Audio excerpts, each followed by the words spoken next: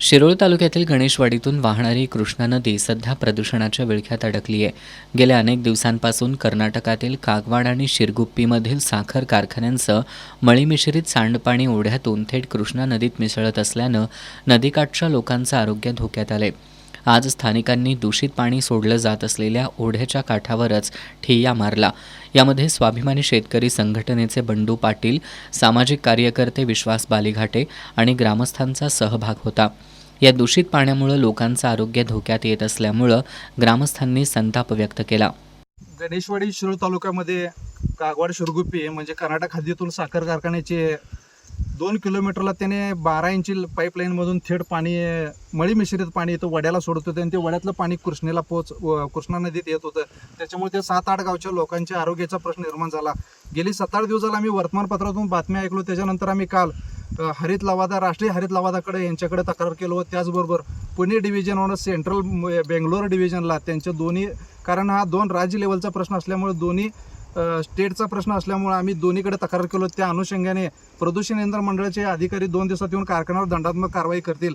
आज त्या कारखान्याला आम्ही सूचना दिल्यावर कारखान्याचे काही लोक येऊन त्या 8 इंची जी पाईपलाईन त्यांनी जे तिथनं सांडपाणी किंवा मळी मिश्रित पाणी जे वड्याला सोडत आहेत त्याला त्याने आज बुच मारून ते पॅक करण्याची तयारीने त्यांनी आलेले आहेत. आज त्यांना आमच्या समोर त्यांना ते बंद करायला लावलेलं आहे. तसंच त्या कारखान्यात देखील ते बंद करायला लावण्यात आलेलं आहे.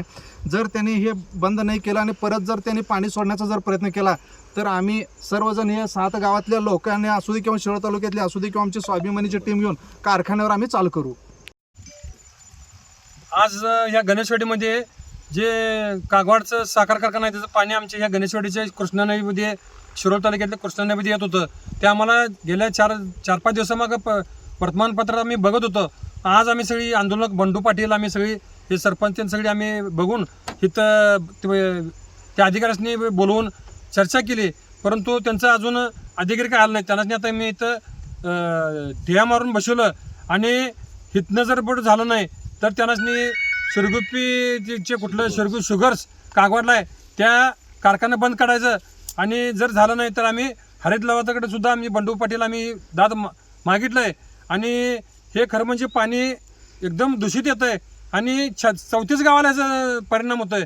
आणि आमचं हे नरसोबावाडीला श्री क्षेत्र आहे, तिथं परत लांब लांबची लोक दर्शनाला येतात, त्यांच्यावर परिणाम होतो आहे. आणि हे कागवाड कारखान्यानं लवकरात लवकर बंद करावं, नाहीतर इथून पुढं सगळ्या 34 गावातली लोक तिथं बंद पडतील एवढंच मी सांगतो. आंदोलकांनी घटनास्थळी ठिय्या मारल्याची माहिती मिळाल्यानंतर कारखान्याचे जनसंपर्क अधिकारी दीपक भानुसे आणि सुरक्षा अधिकारी भरतेश कनवाडे यांनी आंदोलनाच्या ठिकाणी धाव घेतली.